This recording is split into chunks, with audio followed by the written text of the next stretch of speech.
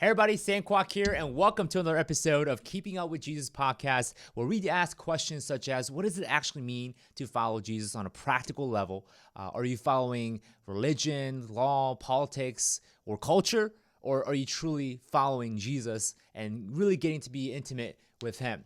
Now, I want to preface this by saying that this is going to be a little bit more of a rated R type of podcast episode. So if you have kids around or children that you don't necessarily want to have them listen to this, give you a little warning here, right?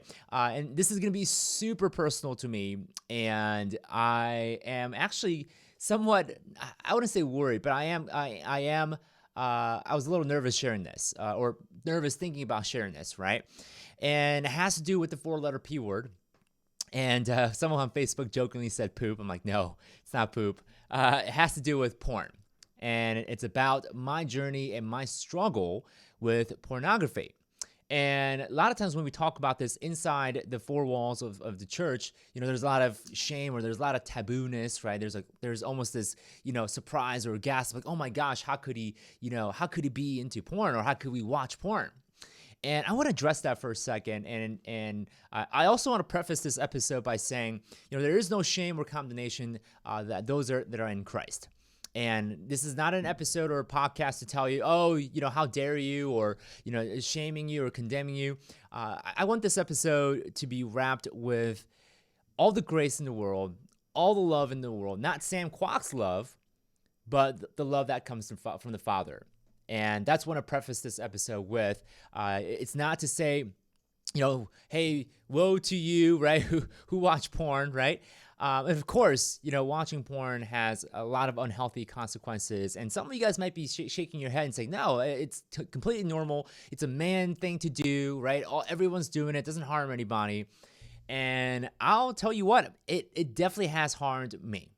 It has definitely harmed some aspects of many of my relationships.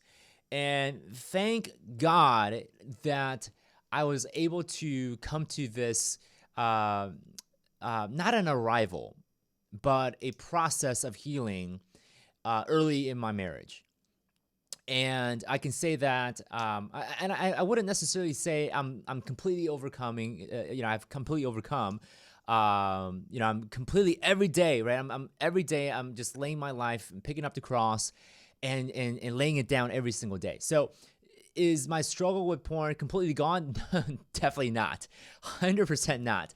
Do I still get temptations? Absolutely. Do I fall easily as I did? No. I can definitely say I am definitely more armed. I'm definitely more equipped to deal with it than ever before. And I'm going to share exactly what I've gone through. It's nothing that I've did. I'll tell you that. It is definitely the grace of God and what grace he pours onto me. And I know it sounds cheesy, right? Oh, it's the grace, it's the love of God that much is 100% true. But I want to tell you from a practical level what the process was for me to really help me overcome some of the struggles and overcome the temptations that I face every day. And our current culture certainly doesn't help with winning this war, this battle against the temptations of porn, right? So my journey, kind of sharing my backstory with my life with pornography, and it might be similar to your story. It may not be. I don't know. I would love to have a loving conversation full of grace about your struggle and your story. But my story started when I was in third grade, I believe. Third grade. I remember I was in Chicago, living in Chicago with my parents, and I was not doing well in school. I was definitely not the most brightest or smartest kid. If you would have looked at me then, some may have said this kid will probably not do well. So third grade, my friend, I still remember this, third grade, my friend Christopher, I couldn't even say he's a friend because, of what happened. I went over to Christopher's house, and he's third grade, I'm third grade. In fact, this actually must have been fourth grade. So yeah, he's a fourth grader, I'm a fourth grader. We go, we're supposed to hang out, like all fourth graders do. And he basically shows me this website on the internet. Now, around this time, we had AOL, right? Dial up, right? You heard this beep, sound, right? Anytime you go to the internet. This is probably the earlier days of internet pornography. So my friend shows me this, and I'm at that point, I'm very curious. I'm naturally driven to be curious, and I'm like, whoa, what is this stuff, right? Why are people naked and doing weird things? And little did I know, being fourth grader, zero self-awareness, right? I became hooked, and I did not know what this meant or what I was watching. So I went home and started looking for it. And of course, back in the day, you had these like crazy pop-ups that would happen, and images and stuff, right, will pop up. And it's dark times in the internet for sure. Much of that is illegal now, but I watched it in my dad's computer, and my dad, for a lot of you guys know, he's a church pastor, so he's doing a lot of church-related stuff on his computer, and of course, me having to visit those sites. I'm sure it all appeared and stuff, right? And a couple days later, my dad says, "Hey, don't watch stuff that's for adults," right? He didn't shame me for it. He didn't hit me or anything like that. He just kind of casually said, "Hey, don't watch that stuff. It's not good for you." He must have assumed that I was too young to really comprehend what was happening, and that's kind of how it went. Fifth and sixth grade comes by. We moved to a whole nother side, suburbs of Chicago. It got even worse. Now I was actually like conscious as far as what I was watching, right? I actually knew at that point I was making a decision. I'm like, okay, I like this stuff, right? It gives me this sensation, right? To what I understand is dopamine, right? You just get dopamine rush. Which, by the way, same thing happens when you're addicted to anything, any drug, heroin, whatever. I can't name all the drugs in the world, but I struggled big time in sixth grade, seventh grade, eighth grade. Puberty doesn't help, right? I mean, at that point, it's full on. High school rolls around, and I do remember getting caught. I got caught. I think it was a sophomore year or junior year. I can't remember. I remember getting caught, and my parents were just devastated. I mean, they were not happy. I mean, I was caught watching it, right? So my parents were devastated. My dad was devastated. I remember just crying and weeping. And I think I was more so sorry that I got caught, not so much that, I was sorry that what I was doing was wrong, or I had any kind of remorse for it. And I knew, being a good Christian boy and pastor's kid and going to church, I shouldn't be watching this. That I shouldn't be, looking at internet, going through the internet and doing this. And I should have, and I felt incredible amount of shame. And no way in the heck that I was ever going to share this with anybody. Definitely not my parents. And I will say I am partly for the blame for even introducing Daniel to porn. When he was also fourth or fifth grade, right? That seems to be the average age, from just listening to a lot of the guys out there and their stories. Third grade, fourth grade, some as early as first grade. My goodness. So I got caught, right? And then, a couple weeks, I don't watch it because, I'm like afraid. Oh my gosh, like what if my parents, catch me again? And it didn't help. It wasn't any healing. It was more so I just stuffed it into a darker corner of my heart and decided to say, you know what? I'm going to try harder. Even, I'm going to be more secretive. I'm going to get smarter about watching porn. So now I've shoved it deeper into the darker spots where I am now completely, I just locked it away. And for those that understand a little bit of psychology, right? And I don't claim to be a psychologist, by the way, neither a psychiatrist. So please don't take this as a mental or mental health advice or anything like that. But the more you hit it away, it just gets worse. So college rolls around, right? I'm still struggling. I don't know. I can't even say if I was worse or not. All I remember was just struggling big time. And of course, the common saying for, if you're addicted to pornography and you're knees deep into it, you start to look at women and ladies like an object. But more so, it was being it was massively damaging my emotional awareness, my heart, my soul, in a way that I can now I can now somewhat see what was happening. So, so it wasn't until actually probably late last year. I mean, COVID-19 definitely does not help with this stuff. I mean, it is with being addicted to pornography and all that, right? So it wasn't really till last year I started to like get really angry about this. Like, I gotta quit this thing. I gotta, if I have to use sheer discipline, sheer force, and I gotta figure out how to somehow quit this thing. Or it's going to completely ravage me. It's going to completely ravage my marriage. It's going to completely ravage my relationship I have with my daughter. It's not going to be healthy at all. And the way that I saw this problem was, to me, I saw it as, oh, it's a problem that I can tackle. And that's something that a lot of guys would say. It's like, oh, this is a problem. I can use my sheer force. I can use my sheer strength, discipline, willpower, whole 9 yards. And I'm here to tell you guys, all the men and ladies out there watching this, no in heck can you ever break away from this addiction as strong as pornography by sheer willpower and discipline alone. I tried it. I've installed all kinds of content blocker. I had an accountability buddy. I even told my pastor about it, and yet I was still struggling.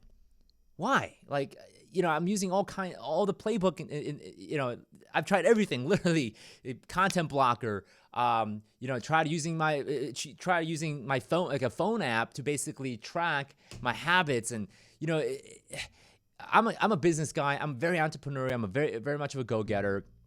And the belief that I have is if I can spend enough time and energy, I can do stuff. I can overcome problems.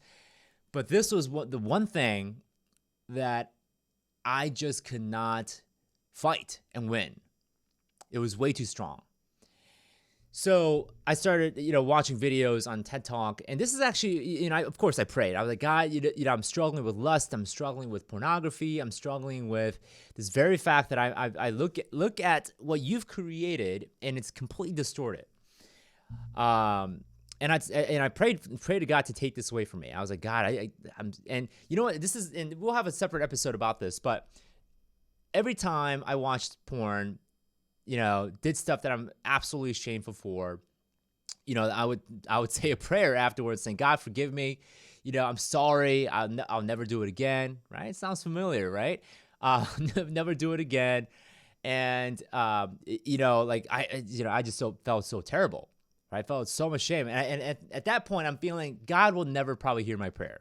Just the amount of crazy stuff, just, watching porn, God will probably be so far away, until I repent and until I come clean, until I do all of that, he's probably not going to even look at me. Which, by the way, is what the enemy does. It's what the evil one wants us to think, as far as, God being so far away that we won't be able to hear him and that he won't be able to hear us because of pornography. And I'm here to tell you guys that's completely malarkey. That's completely BS. Yes, I said it. Okay, it's completely trash, hogwash crap. That to believe that God is so far away because of what you've done, completely hogwash. Completely hogwash. You look at every biblical character in the Bible, many of them completely fall short. You look at King David, dude's a murderer. Okay, dude's an adulterer. He's probably done every sin in the playbook. Okay, you look at even Moses. You look at even Saul, right? You look at Solomon. Gosh, let's not even get started there. Yet, at every turn in their life, God comes first. God comes and approaches them, says, "Hey, you know what? I know you messed up. Okay, yes, I can see you repented." David, crying and just in anguish, prays a prayer of repentance. But God is always there. God is always next to us and says, "You know what? I forgive you. I forgive you." There's no, and even Paul says it in Romans. There's no shame and condemnation that for those that are in Christ Jesus. And many of us guys walking in, with Jesus and following him, tend to forget that a lot of times because we make it about us. We make it about me.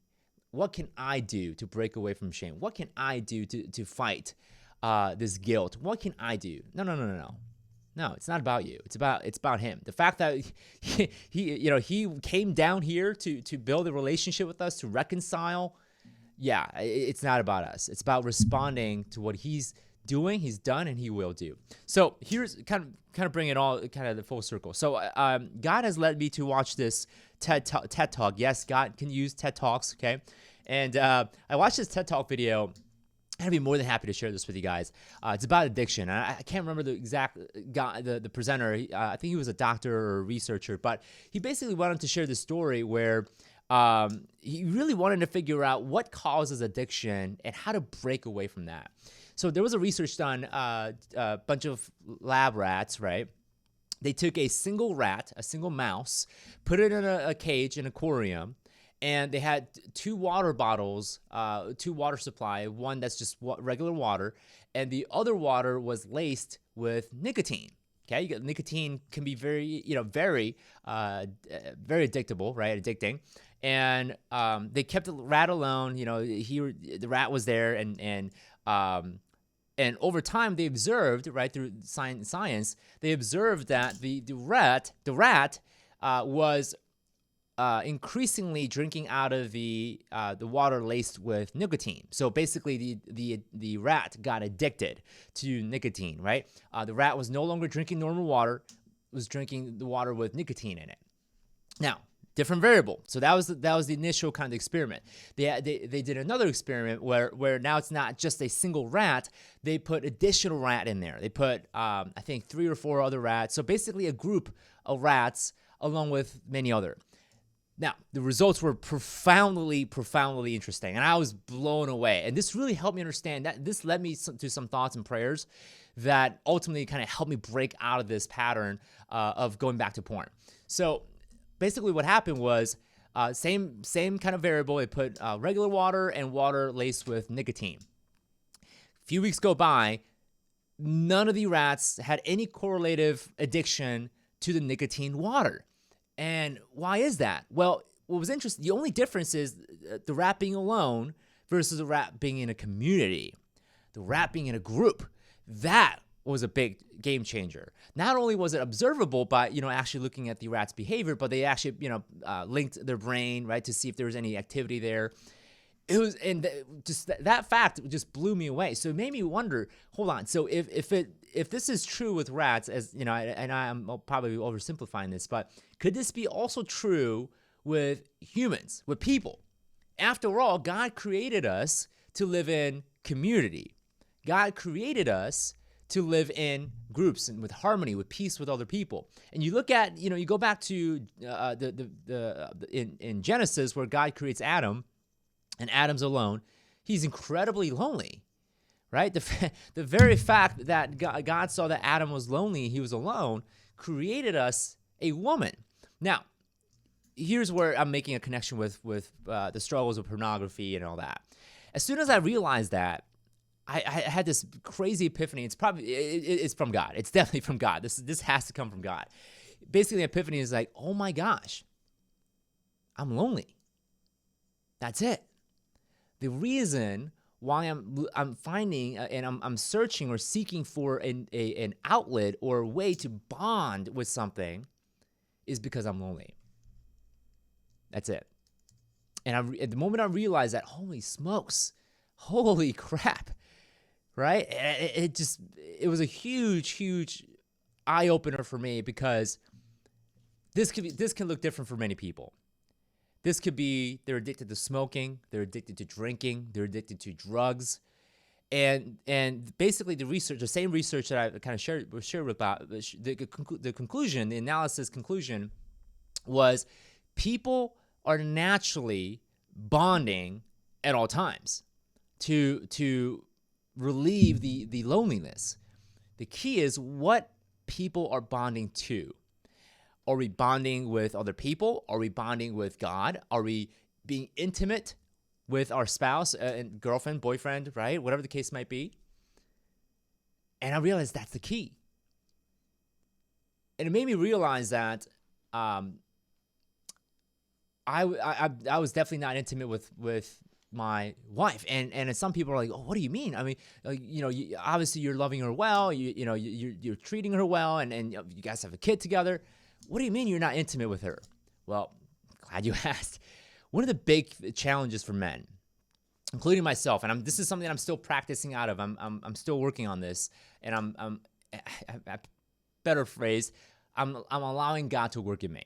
Okay, that's a better phrase. I'm trusting the Spirit to move my heart, to move my mind, to put the right people to where I can walk out of this. Is men struggle with emotional awareness, big time, big time. And here's a proof. Okay, guys can't name more than 5 emotions. Okay, I just made that up, but guys, literally, it's for us. We only, we're either happy, excited, sad, angry, frustrated. That's it. Those are only probably the 5 most common. 90% of our emotions run through the five things. You ask a lady, hey, how many emotions can you feel? Well, they can name more than 5. I'll guarantee you that. Okay. There's so many vocabulary, so many words to describe so many different types of emotions. And I've started to realize, oh my gosh, I got to get in touch with my emotions, man. And I know this sounds hokey, and to me, when I heard about this for the first time, I'm like, man, that sounds very feminine, right? But it's not. Men, listen to me. This is what defines strength. The ability for you to be able to connect with your own self, your own emotion, to be able to control it, to be at least be aware of it, shows strength and development in who you are as a human. I mean, isn't it kind of sad that some people, they lost touch with their emotions. They don't even know how they feel. And unfortunately, this is true with even ambitious guys that are so driven, guys that have dreams, visions. They're going a million miles per hour. They're building businesses, building wealth, doing so well. They're so wealthy and successful. They're miserable. They're sad. And part of it has to do with is they don't slow down. They don't sit just hands off and say, what am I feeling right now? What is this like thing that I'm experiencing? And a lot of times what guys do is they try to erase that. They try to they try to intoxicate themselves with other things so that they don't have to feel it. They do it with porn. They do it with drinking. They do it with smoking. They can't just, they can't deal with it. And again, I'm not a psychiatrist to go and say, hey, this is the solution. Here, go do it. But this was the journey for me. That realizing that I am incredibly lonely, that I'm incredibly miserable because I'm not connecting with not only myself, but connecting with other people. And by connecting with myself, I could go and ultimately allow other people to connect with who I truly am. And that is so much true with connecting with God and being intimate with Him. Like I've come to a stage in my life, and I'm eternally grateful to God that I could come to this realization, to where anytime I feel anything, I stop, take a quick pause, take a quick breath, and ask God. I just do a little prayer and say, God, what is this that I'm feeling? Is this loneliness? Is this sadness? Is this frustration? What is the source? Where is this coming from? God made emotions for a reason.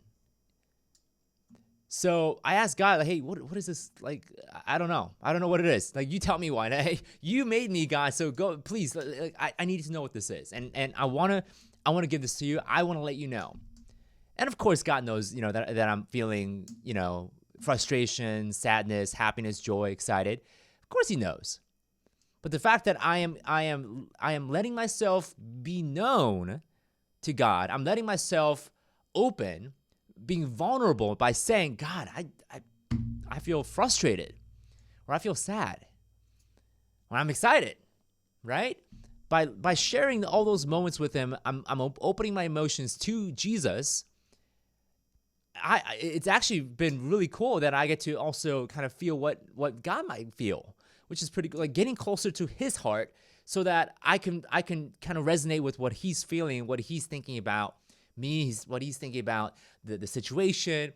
And that is incredibly more powerful than what I think about myself. Incredibly more powerful what I think about the situation. Because if I truly say that I'm a follower of Jesus Christ as my Lord and Savior, then I probably should look up to Him to also shape my opinion and my thoughts about everything. Am I perfect at it? Absolutely not.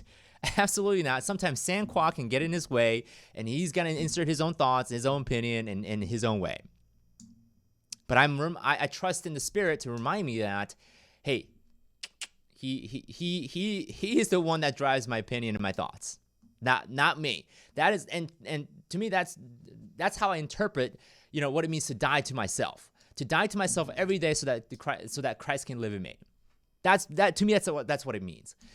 So when I realized that I was miserable and sad and lonely all at the same time, not only was I able to connect with God even at a deeper level, and I want to go even deeper, I really want to go, full hardcore. God, Jesus is ready. Sometimes I don't know if I'm ready for that, but this also has this model, this framework, this thought process has also been applied to my own marriage. And I know guys out there, you might be freaking out, or this might make you a little uncomfortable, and this may actually scare you, because it scared me. I was like, oh my gosh, I'm not going to do this. But start sharing your feelings with your wife. And wives and girlfriends out there watching this, your man is terrified of sharing his emotions with you. You know why? Because the moment that he shares his emotion with you, he just basically took his armor off and said, you know what? If you shoot me now, I'm going to die. Right? You take an arrow shot in my heart, I'm going to feel the pain. And for guys to do that, it's scary. Even today, sometimes I have a very hard time sharing vulnerability, sharing honest moments with my wife. And it takes a lot of strength. I sweat bullets when I do this. It is so much easier to make money and run a business than to share my feelings and thoughts with my wife. Dead serious. But when I do, not only do I feel a sense of relief, there's actually, again, I'm not a medical scientist, but just from what I read, is you get endorphins, you get dopamine boosts, you get all the happy and love hormones, where now you become less chemically dependent on pornography and more so healthy, getting that from healthy relationships. And instead of isolating yourself from the rest of the world, isolating yourself from people, isolating yourself from girlfriends, boyfriends, wives, and husbands, now you're integrated with them, getting connected with them, and getting the same happy, rush, emotional feelings that you would normally get from porn. And that's what I've done. And I am practicing that every day. Again, I'm not perfect. I'm not here to tell you guys, oh, look at me, I'm holy, right? I'm all you sinners, right? That's not what I'm here to do. Okay, I'm flawed as well, just in many angles. But the very fact that God is working in me, the Holy Spirit is working in me, man, gushy moments, man, gushy moments. Just thinking about that, and and there's no pride involved in this, right? I felt the tugging and the prompting of the Spirit to share this with you guys, because I want to let you guys know that there's hope. And it's not in discipline, it's not in willpower, it's not in further isolation from people, it's not further hiding it from people. It's all about having hope, and there's a way. There is an absolute way. Okay, and for us that claim to follow Christ, we build bridge with Him. Okay, and that's probably a better phrase, as He builds the bridge with us. We just gotta let Him build it. We just gotta we gotta open our hearts and say, God, build that bridge, because only you can do it. Okay, and sometimes I don't even have the strength to walk on that bridge. So God, just come in and just allow me to respond, right? So there's a way. And men, dudes, guys, don't be afraid of your emotions, man. It's there. It's there to help us connect with people. It's there to help us become not only stronger, but help us become healthy. And for those that know me that are very close to me, I'm a very task-driven guy, right? I'm go, go, go, right? Screw emotions. We don't have time for that. Let's go. We got to take the hill. But, realizing that I've been living that way for pretty much all my adult life has made it very hard for me to make friends, has made it very hard for me to connect with people, and has made it really hard to connect with God, to be known by God, and He wants to know me, the better way I should say is He wants me to also to accept the invitation to be known, right? So, man, yeah, I shared a lot here. I basically poured my heart for you guys. Had a little bit of a vulnerability moment because, and it's gonna be hard for you to share your story out in the public because some of you guys could be fired. There's real life consequence of sharing this. Some of you might be pastors. Some of you might be leaders in your community, and it's gonna be hard for you to share this. And I have this amazing privilege to be able to share this and not deal with any job related consequences because I thank God I'm the boss. But I mean, so much of you guys you're keeping it here. You're keeping it all tucked in the deepest level of your heart, dark, and it's in there, and you're hiding it. And I know it's hard. I've been there. It's tough.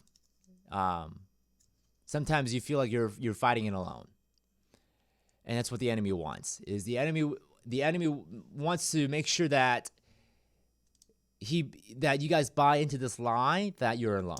Well, I'm here to tell you guys that you're not. And if you want to reach out to me because you want to talk to me about this struggle that you're going through, I am more than going to open my doors to share this with you guys because I know what it feels like. I know what the battle looks like, and you're not here to fight it alone. You have friends, you have families, you have people like myself that are rooting for you, that are cheering for you, that love you, and God loves you so much. And I know you heard that many times. You hear it on Sundays. You hear it in the Bible. But do you really believe it?